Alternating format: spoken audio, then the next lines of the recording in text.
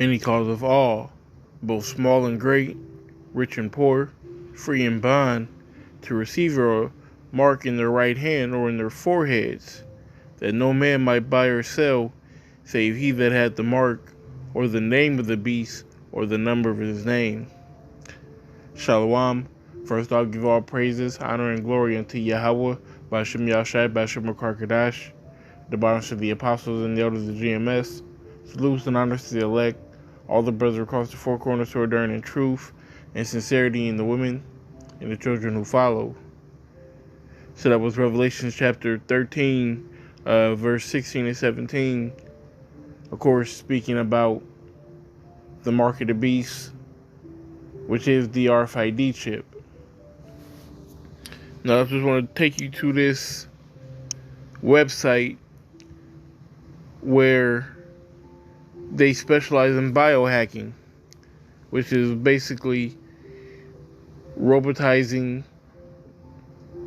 if you will, the human population. So, as you can see the needle right there, and that's Ultron right there. That's a kit, the Ultron Upgrade Kit. It comes with all of that. Dual NFC and RFID chip implant. Let's see if I can find it.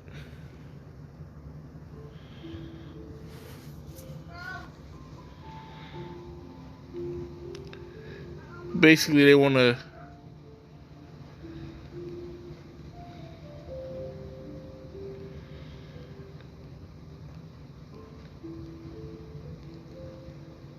make it trendy for people to take this RFID chip. So they have different bundles, different packages that you can accept or purchase. You see, you'll be able to buy the needle itself with the RFID chip in it and put it in yourself, it looks like, if you want to. And they have different methods and different chips for different purposes.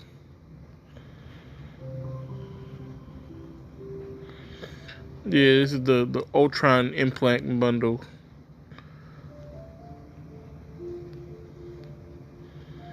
It says, for a limited time, we're pairing our latest and best products for you, the discerning biohacker. It says, get the next dual frequency chip implant and the Vivo Key Spark implant in our Ultron Implant bundle. That's the 3 chips in the physical space of 2, all for the price of 1. So they're making a little discount for you. Get all the chips that you want. This is dangerousthings.com.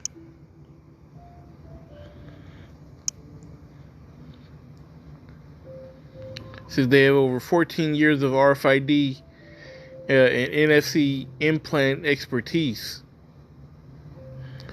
showing you the size of the chip, showing that they can replace your house keys. It's easy with an implant. Replace passwords. You can share your information, your contact details. They're giving you a money back guarantee. So anyone who refutes that this is the mark of the beast, or that people aren't getting chipped or anything to that nature, is wrong.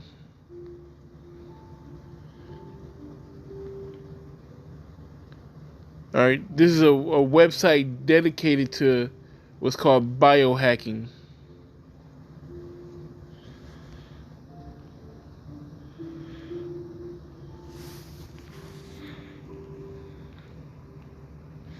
Alright. It says, chip implants are the type of passive RFID technology which allow a small computer chip with no battery or power source to be powered by and communicate with compatible readers using the magnetic field the reader generates. Because the chip implants are small, the reader must be extremely close. This is why chips are typically placed in the hand so that you can easily position your chip implant close to the reader. I mean, this is pretty self-explanatory.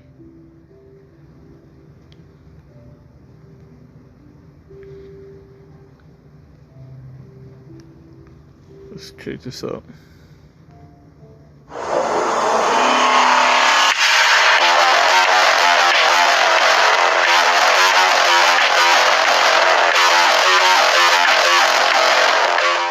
Passive RFID transponders like key cards, work badges, key fobs, and even microchip implants are all fundamentally simple devices.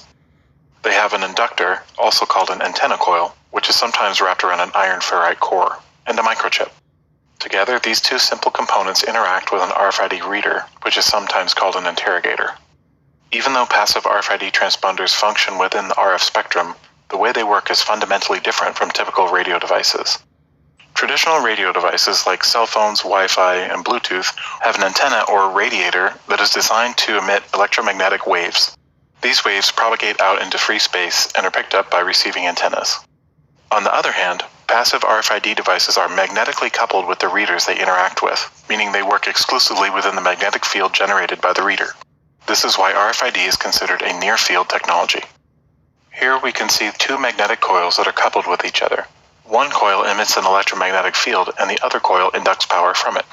This is how an RFID reader and magnetically coupled tag work together to pass power and data over a shared magnetic field.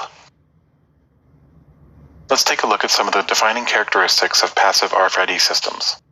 Those are frequency, standards, air interface, encoding scheme, memory structure, and commands and features. With passive RFID transponders, there are two frequency families: high frequency, which is 13.56 MHz, and low frequency, which is 125 kHz through 134 kHz. There is another group of passive RFID transponders that operates between 700 MHz and 950 MHz. These tags operate using backscatter technology. Yeah, so we're not going to go through all of that. I'll leave the link in the description if you want to check it out. But, I mean, you can see yourself that this is what the world is coming to. They're leaning towards this technology, a more, quote, safe technology, a more invasive technology that they'll be able to invade your privacy. You're not going to have any privacy, of course, with this type of technology. And look, so it says traditional keys. Okay, traditional locks, like those used in doors, have a single key pattern or cut, which means everyone who needs access to that door will receive an identical copy of that key. Once keys are distributed, it's impossible to know who is accessing that lock or if anyone has made copies. It's also difficult to revoke access to any one specific person, especially if you cannot recover that physical key from them or it is lost. This means everyone needs a keychain with different keys for each lock they should have access to. With RFID systems, they work the opposite way. Instead of issuing identical copies of keys for each door, each key is unique, and the lock maintains an access list of RFID serial numbers. This means each person only needs one RFID card to access any door they're authorized to access, and control over the authorization mechanisms are retained by the people in charge of securing the doors. Also, any RFID